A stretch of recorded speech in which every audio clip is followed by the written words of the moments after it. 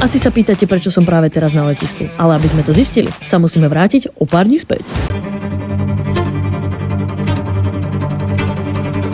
Áno, je to Jakub, môj dlhoročný kamarát a dvorný klavirista. A ja som sa rozhodla prekvapiť ho s novoročným darčekom. Poprosila som ho, či by so mnou nešiel natočiť videoklip do Istanbulu.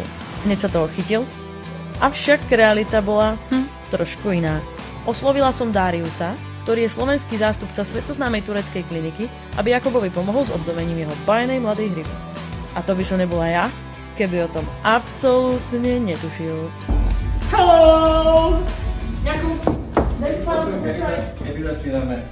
Ešte máme čas, aby som ti niečo povedať. Ak ideme točiť do Istanbulu, tak nejdeme točiť iba do Istanbulu. Ja mám pre teba brutálne prekvapenie. Toto je Darius, a on ti to potom povie.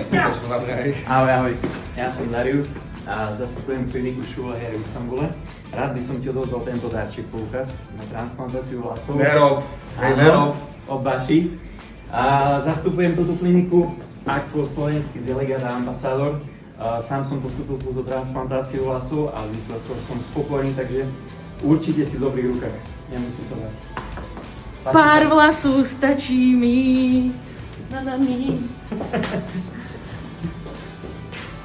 Tešíš sa, tešíš sa.